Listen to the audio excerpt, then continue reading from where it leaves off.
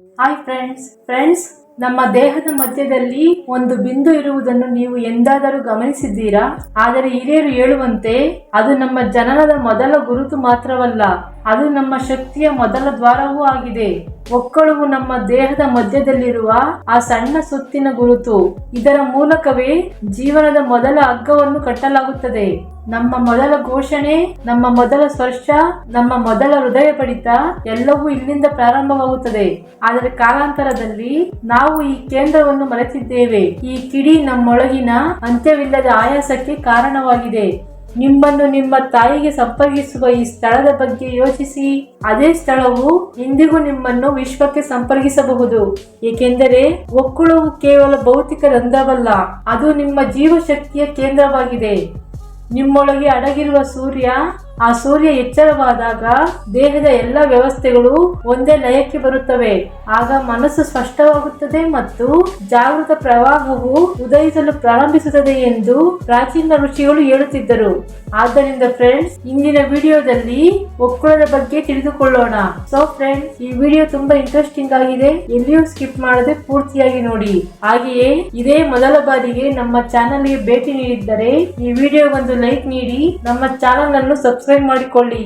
Friends, ನೀವು ಭಯಗೊಂಡಾಗ ನಿಮ್ಮ ಹೊಟ್ಟೆಯಲ್ಲಿ ವಿಚಿತ್ರವಾದ ಭಾವನೆಯನ್ನು ಅನುಭವಿಸುತ್ತೀರಾ? ಆದರೆ ನೀವು ಹಾಗೆ ಮಾಡಿದರೆ ಅದು ನಿಮ್ಮ ಒಕ್ಕಳು ಇನ್ನು ನಿಮ್ಮೊಂದಿಗೆ ಮಾತನಾಡುವುದರ ಸಂಕೇತವಾಗಿದೆ. ವಿಜ್ಞಾನವು ಈಗ ಅದನ್ನು ಎಂಟರಿಕ್ ನರಮಂಡಲ ಎಂದು ಕರೆಯುತ್ತದೆ.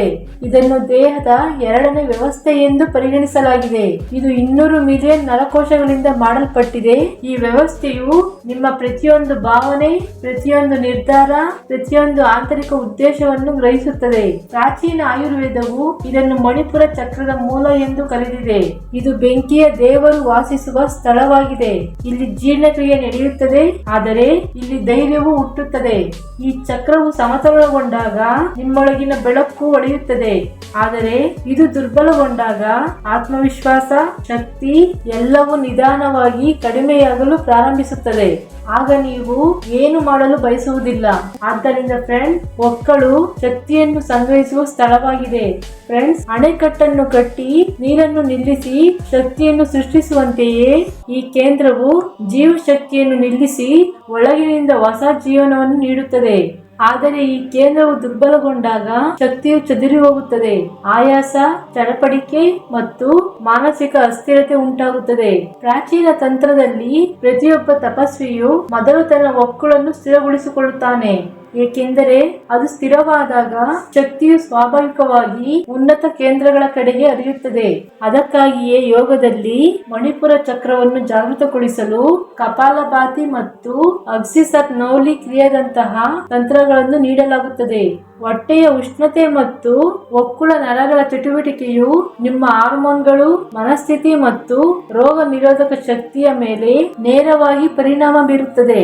ನೀವು ಆಳವಾದ ಉಸಿರನ್ನು ತೆಗೆದುಕೊಂಡು ಒಕ್ಕಳದ ಮೇಲೆ ಕೇಂದ್ರೀಕರಿಸಿದಾಗ ಅಲ್ಲಿನ ನರಕೋಶಗಳಲ್ಲಿ ಸಮತೋಲಿತ ವಿದ್ಯುತ್ ಅಲೆಗಳು ರೂಪುಗೊಳ್ಳುತ್ತವೆ. ಈ ಅಲೆಗಳು ನಿಮ್ಮ ಹೃದಯ ಮತ್ತು ಮೆದುಳಿಗೆ ದೇಹವು ಈಗ ಸುರಕ್ಷಿತವಾಗಿದೆ ಎಂಬ ಸಂಕೇತವನ್ನು ಕಳಿಸುತ್ತವೆ. ಶಕ್ತಿಯು ಒಳಗೆ ಸ್ಥಿರವಾಗಿರಬಹುದು. ಈಗ ನಿಮ್ಮ ಬಲಗೈಯನ್ನು ನಿಮ್ಮ ಹೊಟ್ಟೆಯ ಮೇಲೆ ಇರಿಸಿ ಮತ್ತು ಯಾವುದೇ ಒತ್ತಡವಿಲ್ಲದೆ 5 ಆಳವಾದ ಉಸಿರನ್ನು ತೆಗೆದುಕೊಳ್ಳಿ. ಪ್ರತಿ ಉಸಿರಿನೊಂದಿಗೆ ಅಲ್ಲಿ ಉಷ್ಣತೆ ಮತ್ತು ಹಗುರವಾದ ಪ್ರತಿಕ್ರಿಯೆಯು ಜಾಗೃತಗೊಳ್ಳುವುದನ್ನು ನೀವೇ ಗಮನಿಸಬಹುದು.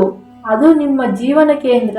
ಆದ್ದರಿಂದ ಈಗ ಪ್ರಾಚೀನ ಗ್ರಂಥಗಳಲ್ಲಿ ಈ ಕೇಂದ್ರವು ಭೌತಿಕ ಮಾತ್ರವಲ್ಲದೆ ಆಧ್ಯಾತ್ಮಿಕ ದ್ವಾರವೂ ಆಗಿದೆ.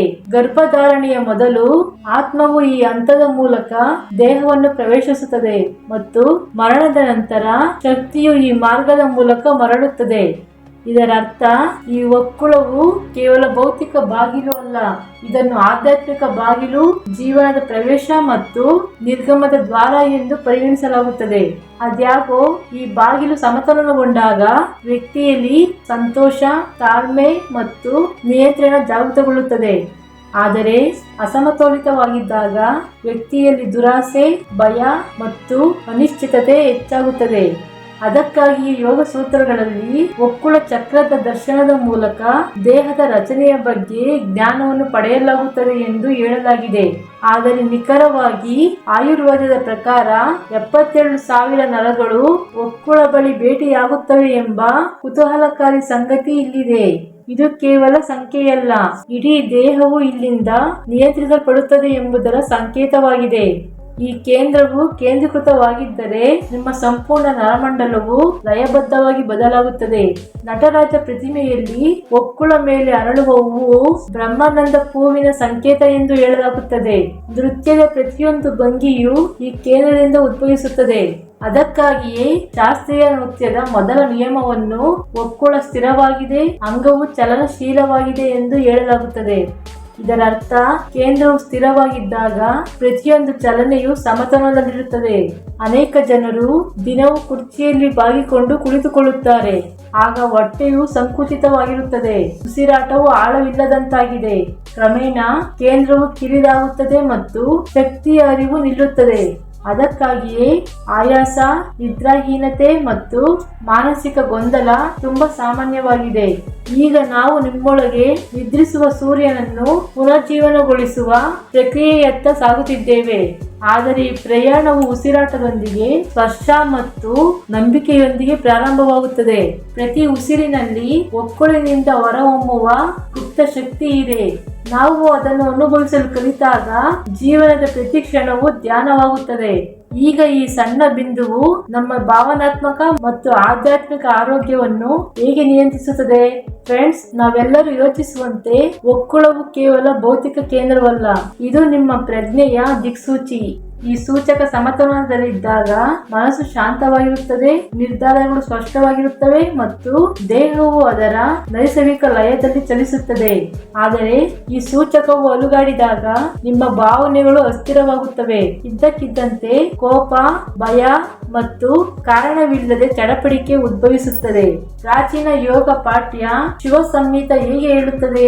ಒಕ್ಕುಳವು ಮನಸ್ಸಿನ ಮೂಲವಾಗಿದೆ. ಅಂದರೆ ಮನಸ್ಸಿನ ಮೂಲವು ಒಕ್ಕುಳಲ್ಲಿದೆ.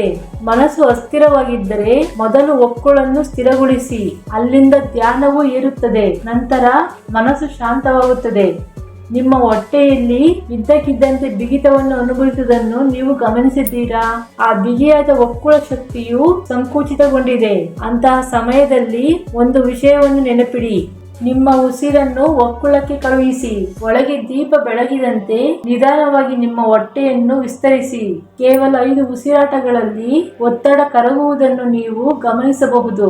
ಆಯುರ್ವೇದದಲ್ಲಿ ಒಕ್ಕಳನ್ನು ಮರ್ಮಬಿಂದು ಎಂದು ಕರೆಯುತ್ತಾರೆ.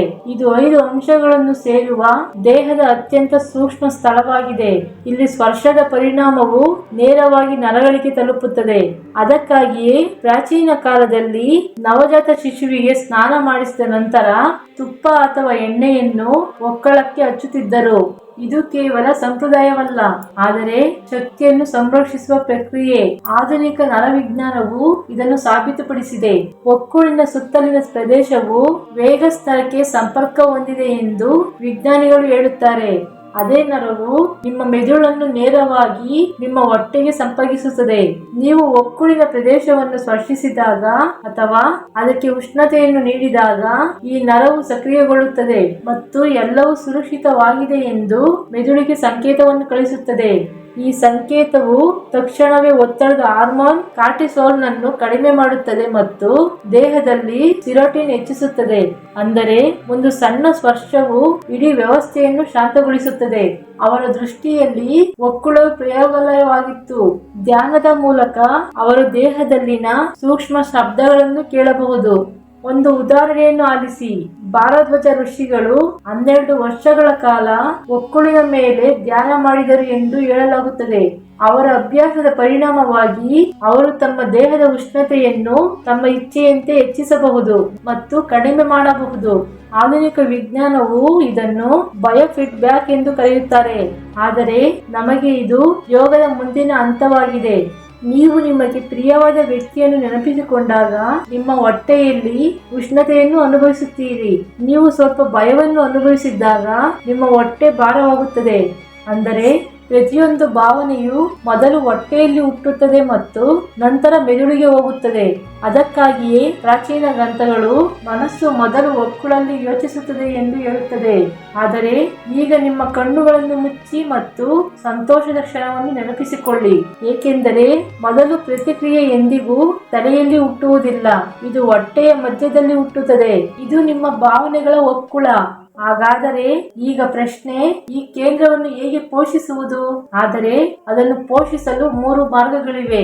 ಮೊದಲನೇ ಮಾರ್ಗವೆಂದರೆ ಉಸಿರಾಟದ ಲಯವನ್ನು ಹೊಕ್ಕುಳಕ್ಕೆ ಸಂಪರ್ಕಿಸುವುದು. ಫ್ರೆಂಡ್ಸ್, ನೀವು ಆಳವಾದ ಉಸಿರನ್ನು ತೆಗೆದುಕೊಂಡಾಗಲೆಲ್ಲ ನಿಮ್ಮ ಎದೆಯ ಬದಲು ನಿಮ್ಮ ಹೊಟ್ಟೆಯನ್ನು ವಿಸ್ತರಿಸಲು ಪ್ರಯತ್ನಿಸಿ. ಇದು ಪ್ರಾಣವು ಹೊಕ್ಕುಳನ್ನು ತಲುಪಲು ಅನುವು ಮಾಡಿಕೊಳ್ಳುತ್ತದೆ ಮತ್ತು ಅಲ್ಲಿಂದ ಶಕ್ತಿಯು ಏರುತ್ತದೆ.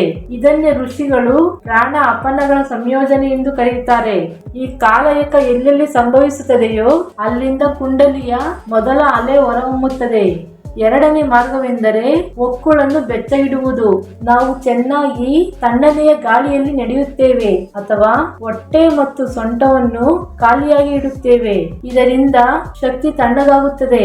ಪ್ರಾಚೀನ ಕಾಲದಲ್ಲಿ ಜನರು ಇದಕ್ಕಾಗಿ ಎದೆ ಅಥವಾ ಸೊಂಟದ ಸರಪಣಿಯನ್ನು ಧರಿಸುತ್ತಿದ್ದರು. ಆಯುರ್ವೇದದ ಪ್ರಕಾರ ತಣ್ಣನೆಯ ಹೊಕ್ಕುಳವು ತಣ್ಣನೆಯ ಆಲೋಚನೆಗಳನ್ನು ತರುತ್ತದೆ. ಬೆಚ್ಚಗಿನ ಹೊಕ್ಕುಳವು ಅರಿವನ್ನು ತರುತ್ತದೆ. ಮೂರನೆಯ ಮಾರ್ಗವೆಂದರೆ ಎಣ್ಣೆ ಅಥವಾ ತುಪ್ಪದ ಹನಿಗಳನ್ನು ಹಚ್ಚುವುದು. ಪ್ರತಿ ರಾತ್ರಿ ಮಲಗುವ ಮೊದಲು 2 ಹನಿ ಎಳ್ಳೆಣ್ಣೆಯನ್ನು ಹಚ್ಚಿ ಅಥವಾ ತೆಂಗಿನ ಎಣ್ಣೆಯನ್ನು ಹೊಕ್ಕುಳಕ್ಕೆ ಹಚ್ಚಿ ಮತ್ತು ಅದನ್ನು ವೃತ್ತಾಕಾರದ ಚಲನೆಯಲ್ಲಿ ನಿಧಾನವಾಗಿ ತಿರುಗಿಸಿ. ಇದು ಕೇವಲ ಚರ್ಮದ ಆರೈಕೆಯಲ್ಲ, ಇದು ನರಗಳಿಗೆ ನರ ಸಂದೇಶವಾಗಿದೆ. ಎಣ್ಣೆಯು ನರಗಳಿಗೆ ಸ್ಥಿರತೆ ಮತ್ತು ಉಷ್ಣತೆಯನ್ನು ನೀಡುತ್ತದೆ. ಈ ನಿದ್ರೆಯಿಂದಾಗಿ ನಿದ್ರೆ ಆಳವಾಗಿರುತ್ತದೆ ಮತ್ತು ಆಲೋಚನೆಗಳು ಸ್ಪಷ್ಟವಾಗಿರುತ್ತವೆ. ಈಗ ವೈಜ್ಞಾನಿಕ ಪರಿಭಾಷೆಯಲ್ಲಿ ಈ ಪ್ರತಿಕ್ರಿಯೆಯನ್ನು ಪ್ಯಾರಾಸಿಂಪಥೆಟಿಕ್ ಸಕ್ರಿಯಗೊಳಿಸುವಿಕೆ ಎಂದು ಕರೆಯಲಾಗುತ್ತದೆ. ಹೊಟ್ಟೆಯ ಪ್ರದೇಶವು ಶಾಂತವಾಗಿದ್ದಾಗ ಹೃದಯ ಬಡಿತ ಮತ್ತು ರಕ್ತದೊತ್ತಡ ಸಮತೋಲನದಲ್ಲಿರುತ್ತದೆ. ದೇಹವು ಹೋರಾಟ ಮತ್ತು ಹಾರಾಟದಿಂದ ಹೊರಬಂದು ವಿಶ್ರಾಂತಿ ಮತ್ತು ದುರಸ್ತಿ ಸ್ಥಿತಿಗೆ ಹೋಗುತ್ತದೆ. ಅಂದರೆ ದೇಹವು ತನ್ನನ್ನು ತಾನೇ ಸರಿಪಡಿಸಿಕೊಳ್ಳಲು ಪ್ರಾರಂಭಿಸುತ್ತದೆ. ಇದು ಹೊಕ್ಕುಳ ಸಾಧನೆ ನೀಡುವ ಶ್ರೇಷ್ಠ ಕೊಡುಗೆ. ನೀವು ಹೊರಗಿನಿಂದ ಏನನ್ನು ತೆಗೆದುಕೊಳ್ಳುವ ಅಗತ್ಯವಿಲ್ಲ, ನೀವು ಒಳಗೆ ಲಯವನ್ನು ಜಾಗೃತಿಗೊಳಿಸಬೇಕಾಗಿದೆ. ಈಗ ಇಲ್ಲಿ ಸ್ವಲ್ಪ ಪ್ರಯೋಗ ಮಾಡಿ. 2 ಅಂಗೈಗಳನ್ನು ಉಜ್ಜಿ ಬೆಚ್ಚಗಾಗಿಸಿ ನಂತರ ಹೊಕ್ಕುಳ ಮೇಲೆ ಇರಿಸಿ.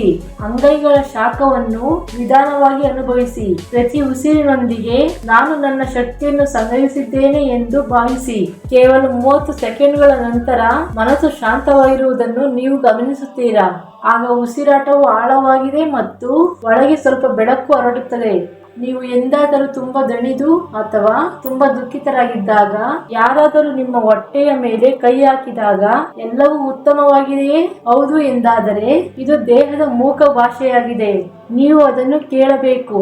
ಆಧುನಿಕ ಮನೋದೈಹಿಕ ಔಷಧವು ಹೊಟ್ಟೆಯಲ್ಲಿರುವ ಮೆದುಳು ನಿಮ್ಮ ಉಪಪ್ರಜ್ಞೆ ಮನಸ್ಸಿನ ಪ್ರತಿಬಿಂಬವಾಗಿದೆ ಎಂದು ಹೇಳುತ್ತದೆ.